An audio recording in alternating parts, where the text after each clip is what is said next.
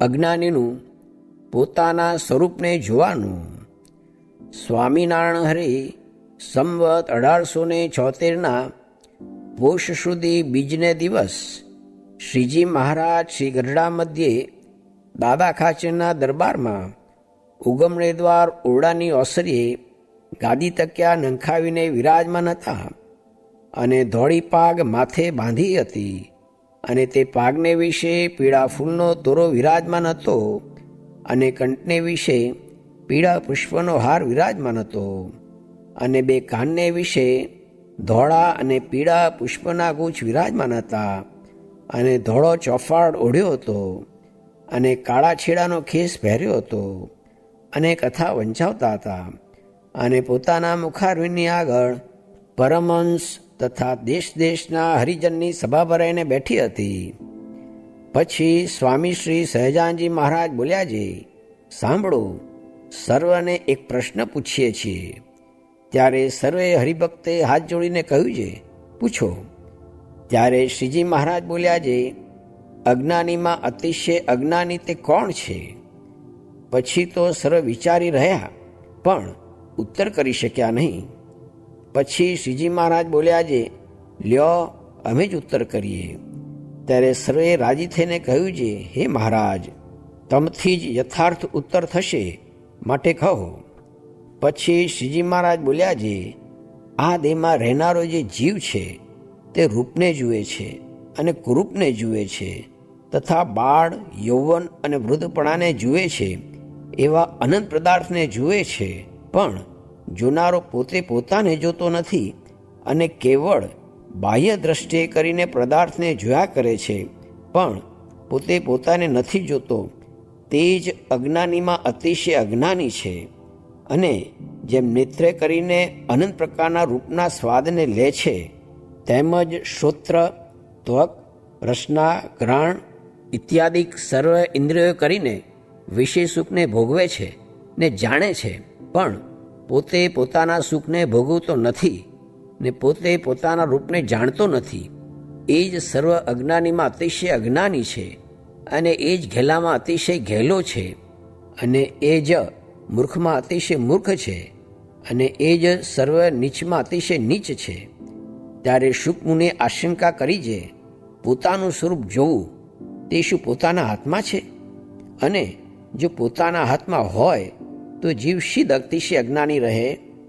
ત્યારે શ્રીજી મહારાજ બોલ્યા છે, જેને સત્સંગ થયો છે તેને તો પોતાના જીવાત્માનું દર્શન પોતાના હાથમાં જ છે અને કે દાડે એણે પોતાના સ્વરૂપને જોવાનો આદર કર્યો ને ન દીઠું. અને એ જીવ માયાને અધીન થકો પરવશ થઈને તો સ્વપ્ન અને સુષુપ્તિ અવસ્થામાં અંતરદ્રષ્ટિ કરીને જાય છે, પણ પોતે પોતાને જાણે કોઈ દિવસ પોતાના સ્વરૂપને જોવાને અંતરદ્રષ્ટિ કરતો નથી. અને જે ભગવાનના પ્રતાપને વિચારીને અંતરદ્રષ્ટિ કરે છે તે તો પોતાના સ્વરૂપને અતિશય ઉજ્જવલ પ્રકાશમાન જુએ છે અને તે પ્રકાશને મધ્યે પ્રત્યક્ષ એવા જે પુરુષોત્તમ ભગવાન તેની મૂર્તિને જુએ છે અને નારદ સંકાદિગીઓ સુખ્યો પણ થાય છે. માટે હરિભક્તને તો જેટલી કસર રહે છે તેટલી પોતાને આળસે કરીને રહે છે. ઇતિ વચનામૃતમ. એવી રીતે ગરડા પ્રથમ પ્રકરણનું 20મું વચનામૃત જે તે થયું. દ્રવ્ય છે તે તો પાંચેય વિષયનું કારણ છે, તે મળે તેમ તેમ વિષયને અર્થે ઉદ્યમ થાય. સ્વામિનારાયણ હરે સ્વામીએ વાત કરી જે 3 પ્રકારના દુઃખ કહેવાય છે, તેમાં હમણાં 2 દુઃખ નથી. તે અધિભૂત જે કોઈ મારતું નથી ને અધિદૈવ જે કાળ પડતો નથી ને હવે અધ્યાત્મ જે મનની પીડા તે રહ્યું છે, તે ટાળવાનો હેતુ તો જ્ઞાન છે. તે હોય તો દુઃખ ન થાય એનો બીજો ઉપાય નથી. સ્વામિનારાયણ હરે સ્વામીએ વાત કરી જે ભગવાન તથા મોટાને જીવ આપી દીધો હોય એવો થયો હોય તેને પણ જ્ઞાન શીખવું ને તે શીખ્યા વિના તો ન આવડે. ને મહારાજનો એ જ મત જે જ્ઞાની થાવું, બાકી બીજું તો થાય છે ને થશે, પણ એ કરવાનું અવશ્ય છે ને કોઈ રીતે કોઈ પદાર્થે આ જીવનું પૂરું થાય નહીં ને જ્ઞાન થાય તો કાંઈ અધૂરું જ ન રહે. સ્વામિનારાયણ હરે સ્વામીએ વાત કરી જે સૌ કોઈક આધાર વડે સુખી રહે છે, પણ ભગવાન ને આત્મા એ બે વતે સુખી થવું, બાકી અનેક પ્રકારના આધાર મૂકી દેવા. સ્વામિનારાયણ રે સ્વામીએ વાત કરી જે ભગવાન અંધારામાં બેઠા હોય ને આપણે જોઈએ ત્યારે આપણે તે જે ભગવાનનું દર્શન થાય, તો પણ એમ સમજવું જે સર્વે એનું આપેલ મુને છે, ત્યારે એનું નામ સમજણ કહેવાય. એ વાત સમજવી. મન ઇન્દ્રિયોને વગર પ્રયોજને ચાળા ચૂંથવાનો સ્વભાવ છે, માટે તેને જાણીને જુદા પડવું.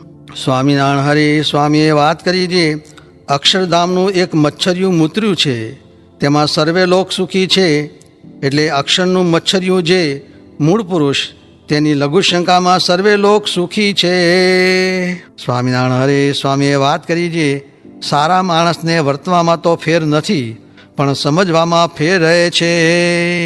સ્વામિનારાયણ હરે સ્વામીએ વાત કરી જે ગણેક પુણ્ય કરીને આ જોગ મળ્યો છે ને બધા ભેગા રહ્યા છીએ, પણ જેને જેટલી સમજણ હશે તેને તેટલું સુખ આવતું હશે.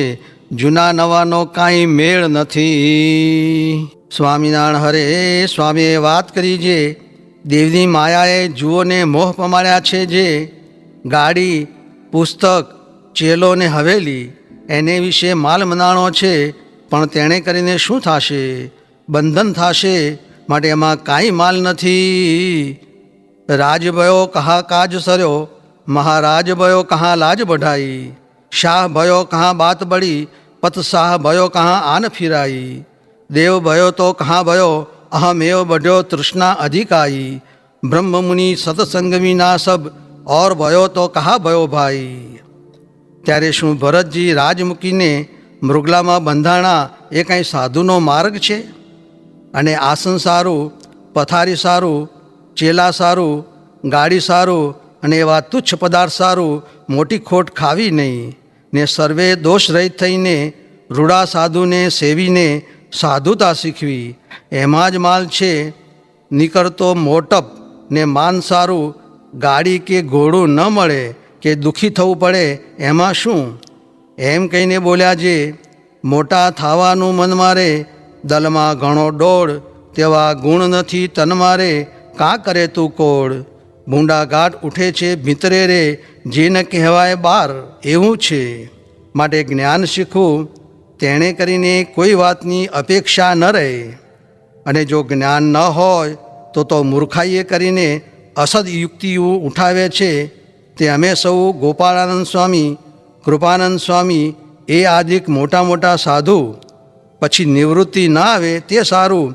સવારના પોરમાં નાયા વગર કામ ક્રોધાદિકને ખોદીને ગોષ્ઠી કરીએ, ત્યારે એક જણ કહે છે, જુઓને મસાણિયા બેઠા છે, તે શું કરે છે? ઝાંપડાને સંભાળે છે ને શિક્ષાપત્રી તો પાડતા નથી. બ્રાહ્મે મુહૂર્તે શયનમ વિહાય, નાયા ધોયા વગર સવારના પરમાં લઈ બેઠા છે. ત્યારે બીજા નવા જાણે છે વાત ખરી છે. આજ્ઞા લોપતલ તો આ સર્વે છે. ને અમે આત્મનિષ્ઠા ને ઉપાસનાની વાત કરીએ તે તો સૂક્ષ્મ ભક્તિ છે.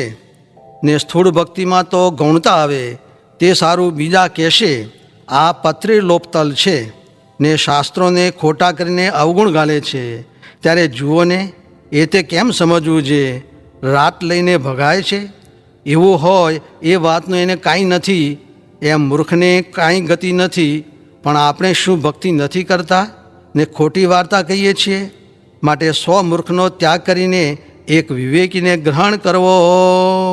ગિરીશે ગિરીએ ધાય, જય સમુદ્રમાં બુડીએ, મરીએ મહાવિખ ખાય, પણ મૂર્ખ મિત્ર ન કી